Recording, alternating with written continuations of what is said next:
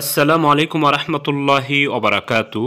হাদিস থেকে অত্যন্ত সহজ ও গুরুত্বপূর্ণ একটি আমলের কথা বলবো, যাহা করলে একজন মানুষ কল্যাণের সাথে মঙ্গলের সাথে জীবনযাপন করবে এবং কল্যাণের সাথে মৃত্যুবরণ করবে এবং সদ্য ভূমিষ্ঠ নিষ্পাপ শিশুর ন্যায় সে গুণমুক্ত হয়ে যাবে।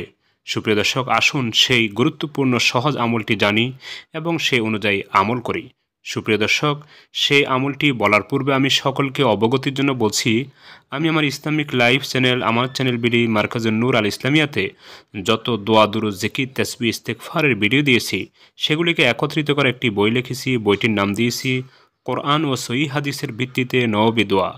এই বইটিতে প্রায় 700 সহিহ দোয়া দুরুদ জিকির তাসবিহ ইস্তেগফার রয়েছে।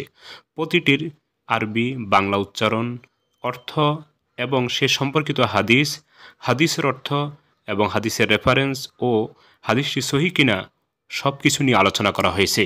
সুপ্রিয় দর্শক, এমন একটি বই যদি আপনাদের হাতে থাকে, তাহলে এই কয়েকটি বিষয়ের জন্য অন্য কোনো কিছুর খোঁজ করতে হবে না এবং তালাশ করতে হবে না। সুপ্রিয় দর্শক, বইটিতে জীবনের সর্ববিষয়ের দোয়া দুরুদ জিকির রয়েছে। শুধু তাই নয়, কোরআনুল কারিমে যত দোয়া ইস্তেগফার আল্লাহ রাব্বুল আলামিন উল্লেখ করেছেন, সেগুলিকেও এই বইয়ের মধ্যে আনা হয়েছে, বাংলা উচ্চারণ সহ এবং তার অর্থ সহ। সুপ্রিয় দর্শক, আশা করি আপনারা বইটি সংগ্রহ করবেন।